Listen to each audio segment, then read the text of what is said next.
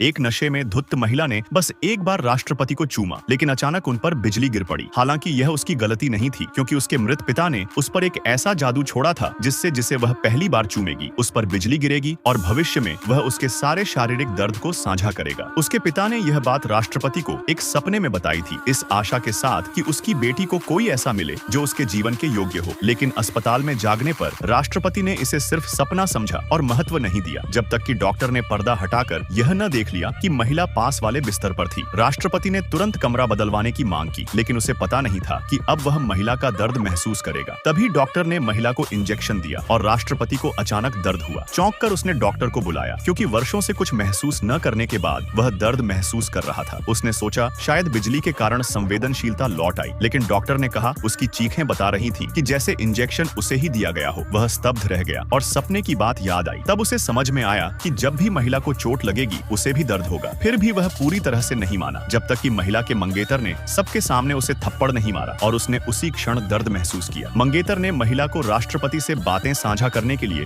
दोषी ठहराया और धमकी दी कि अगली सुबह सगाई में न आने पर वह और उसकी मां खतरे में होंगी। लेकिन महिला ने डर नहीं दिखाया और कहा कि वह सबके सामने उसका असली चेहरा उजागर करेगी। मंगेतर ने फिर एक थप्पड़ मारा और चला गया। राष्ट्रपति दर्द से घुटनों पर गिर गया। महिला ने सोचा वह अब भी रात की बात से नाराज है, इसलिए उसकी मदद करने बिस्तर पर बैठाया और माफी मांगने झुकी, लेकिन सिर टकरा गया। राष्ट्रपति ने दर्द महसूस किया और उसे रुकने को कहा। पुष्टि के लिए उसने महिला की गाल में चुटकी काटी और खुद भी वैसा ही दर्द महसूस किया। तभी उसे जादू पर यकीन हुआ और दर्द से बचने के लिए उसे अपने घर ले आया। महिला को लगा वह अब भी नाराज है और माफी मांगने के लिए दरवाजा खटखटाती रही। राष्ट्रपति अपने भाई से चर्चा कर रहा था कि क्या किया जाए, लेकिन भाई ने इसे अच्छी खबर माना, क्योंकि हादसे के बाद राष्ट्रपति की संवेदनशीलता और संतानोत्पत्ति की क्षमता चली गई थी और इस कारण पिता ने संपत्ति छोटे भाई को दे दी थी। लेकिन अब जब वह दर्द महसूस कर रहा था, वह दोबारा उत्तराधिकारी बन सकता था। राष्ट्रपति सहमत हुआ, लेकिन फिर अचानक दर्द हुआ। वह दौड़कर महिला के पास गया और पूछा वह क्या कर रही थी। उसने कहा वह चाहती है कि वह उसका चुंबन लौटाए। उसने झूठ कहा कि वह बीमार है और उसे इलाज में मदद करनी होगी। फिर घोषणा की कि उसकी और मंगेतर की शादी रद्द की जाती है। महिला खुश हो गई, लेकिन सोचने लगी कि वह उसकी मदद क्यों कर रहा है। राष्ट्रपति ने देखा और चुपचाप चला गया। उधर मंगेतर को जब शादी टूटने की खबर मिली तो वह आग बबूला हो गया। उसे यकीन था कि महिला ने सब कुछ राष्ट्रपति को बताया है। उसने महिला की मां की कंपनी की सारी सहायता रोक दी, जिससे शेयर गिर गए और मां अस्पताल पहुंच गई। महिला को खबर मिली तो उसने तुरंत मां को फोन किया। तभी मंगेतर आया और धमकी दी कि अगली सुबह शादी में आना होगा, वरना उसकी मां को भुगतना पड़ेगा। डरकर महिला मान गई। मंगेतर ने देखा कि महिला के पास उसकी बेवफाई के सबूत थे। गुस्से में उसने दुर्घटना के बहाने उसे मारने की योजना बनाई और हमला करने ही वाला था कि तभी राष्ट्रपति समय पर आकर उसे बचा लेता है।